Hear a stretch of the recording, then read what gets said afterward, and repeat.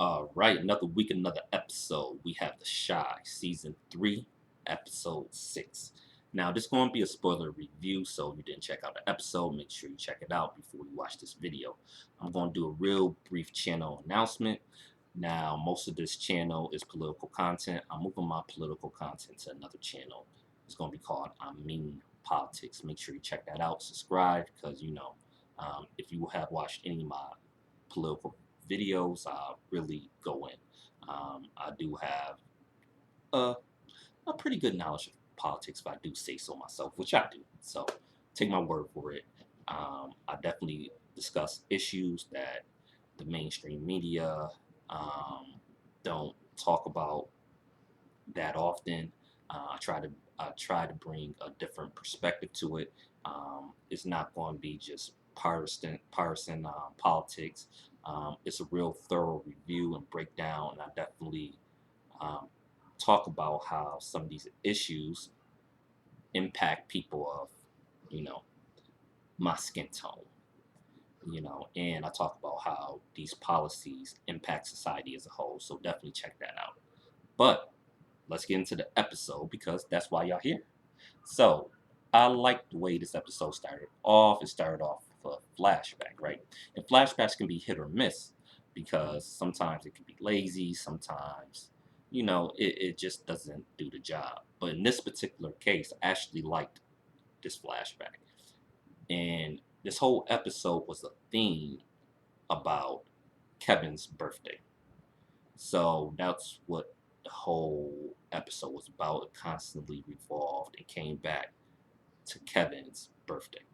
And I actually liked the I actually liked this because it showed how much things have changed for Kevin in just 1 year. And that's life. You know, um, I think this whole scene with Kevin and Keisha in the diner lets you know that, you can't take things for granted. Things can change just like that in an instance. You know, um, Keisha was being a good big sister to Kevin. She gave him a gift of a photo album with, you know, him and her together. And before she gave him the gift, she told Kevin, "I want to give you something to remember me by." And Kevin was just like, "You just going to college. You not like you about to die." And it just goes to show you can't take things for granted. And a lot of us do that, including myself from time to time. We just, because life moves so fast, we busy, we deal with family, we work, we just, you know, it's just so much stuff we have to take accountability for. And sometimes we don't take the time out just to appreciate the loved ones around us, just to appreciate our health if we are healthy, just to appreciate us being in our right minds, just little simple stuff that you think is always going to be there. And sometimes it's not, you know, it can change just like that. So that hit me. And I think that was a good scene. Just the previous year, Keisha was thinking about going to college. She was going to go to college, but now she's kidnapped in this creepy incel hair fetish guy basement. So you always got to take time out to appreciate what you have, and that doesn't mean settle. You still go out and got to work and better your situation, but definitely remind yourself sometimes of where you at and what you do have to be thankful for as well. Now, Keisha being kidnapped in this dude basement, ugh, I mean, it's real creepy. Like I said, dude seemed like an incel. And for those who don't know what an incel is, it's basically males who are celibate, but they not celibate by choice. They feel rejected by women, and they take a lot of their anger out on women. So it's a whole group of these people online, and it it's sad, but it's just like, come on, man, y'all gotta get over it. nobody is forced to like you. I mean, I understand that if you're having a hard time dealing with, you know, women, that can be frustrating. But you gotta remember, it's everybody's choice. Nobody is obligated to date you. You know, um, and if you having trouble, you may have to look at yourself. You know, what are you doing? You don't have to be fake, but like, are you giving off a vibe? Are you giving a creepy vibe out? Are you being too thirsty? What is it about yourself? Because I believe there is somebody out there for everybody. You know what I'm saying? You just got to find a person that, that you click with. You know, it's all the times not going to be Beyonce or something, But anyway, that's a whole different subject. But dude seemed like an incel because he gave this whole story about, oh, you remind me of my first crush. But she didn't like me. She liked this dude on the football team, and then she started being with everybody. She became a whore, and she became fat, and I couldn't save her, but I'm gonna save you. I'm like, okay. And he got this thing where he loves brushing her hair. I mean, it's just real weird stuff, man.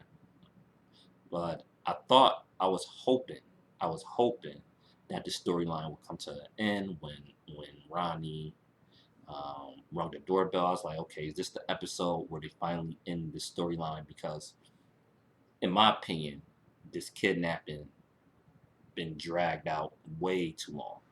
You know, I thought I had some hope maybe would end this episode since they revealed where Keisha was at last episode. Because initially I said they was going to drag this out for the entire season.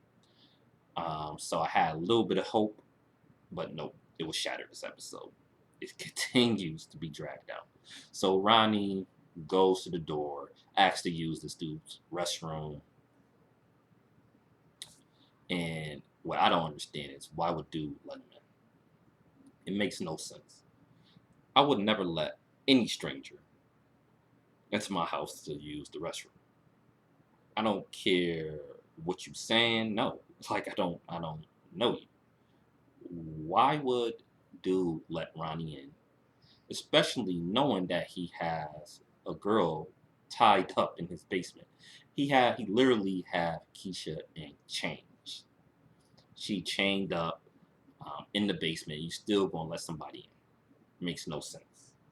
So Ronnie goes to the restroom, like he trying to look around. He think he hears something because Keisha is screaming, but dude turns up the TV and whatever, right? Dude was getting ready to knock Ronnie over the head when he thought he was suspicious, but that didn't happen. Ronnie just ended up leaving, and I was like, okay, this is where the episode started to lose me, right then and there. Like, because nothing about that scene makes sense. You know, how did Ronnie know that it was that particular house? Was he walking? Was it the house he was walking down the street? I don't know, but I can get past that. I just can't get over old boy letting Ronnie in. I like it. Just it boggles my mind why he would do that. And then Ronnie know he hears something, but just was like, oh, maybe I'm hearing things. Nothing about this scene makes sense. But I'm off that. So the kids this week, right? And I always say the kids is the best part of the show. Not so much this episode. Um, Kevin and Gemma was skating, and let me ask y'all, is skating still popping with teenagers? When I was in my youth, back in the day, I'm not that old, but I'm getting older. But back in the day, you know, when I was like 14, 15, 16, skating used to be a thing. I could never skate. I couldn't roll skate at all. I used to kind of walk with the skates on, but I still used to go there anyway because that's where everybody was at. I still had fun, even though I was terrible at skating. Is that still popping? Is that still a thing? I'm not even sure. Y'all let me know.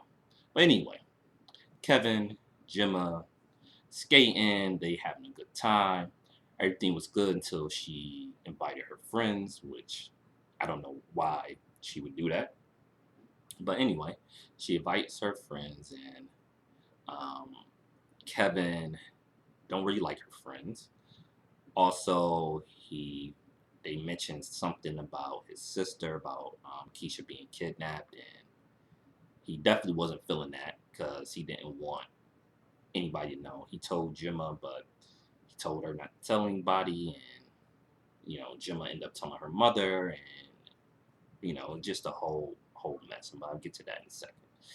So that didn't go well. So Gemma feel bad, takes him to the restaurant Keisha take him to every year, and was going to pay for everything. But then when Gemma was honest, was just like, I'm sorry, I messed up.